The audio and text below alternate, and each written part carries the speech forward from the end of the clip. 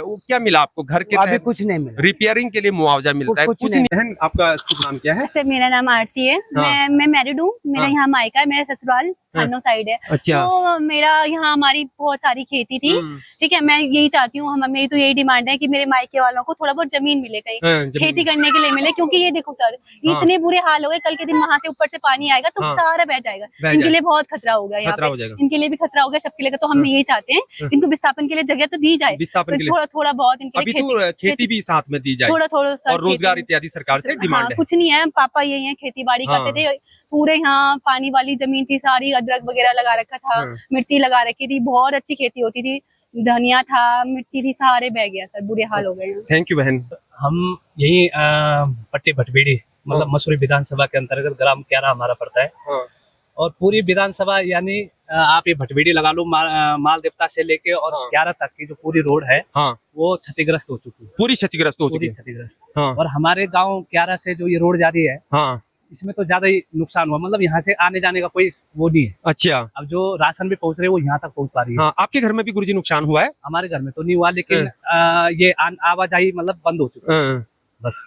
अच्छा। और मेन जो क्षतिग्रस्त हुआ है यहीं पर ज्यादा क्षतिग्रस्त हुआ है कुलियत में।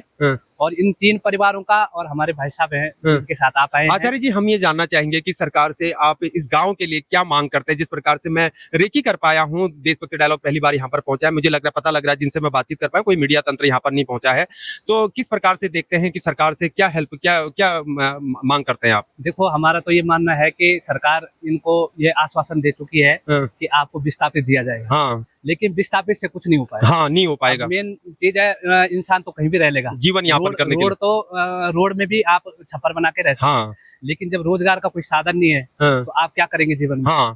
मेन चीज है, हमने तो जो जजमान जी है इनको भी कहा था कि अभी पूजा का कोई मैटर मत रखा, है ना, नवरात्रि इनका पहले से ही था, लेकिन हमने मना किया था। लेकिन अब इनकी जो भाव था वो बन गया कि हमें भगवान ने बचा दिया, उसके लिए तो हम तो करेंगे ही करेंगे। जी बिल्कुल। तो हमने दयनीय स्थिति के कारण हमने मना किया था, लेकिन इनका एक भाव था कि हम बच गए, यही सबसे बड़ी बात है जी।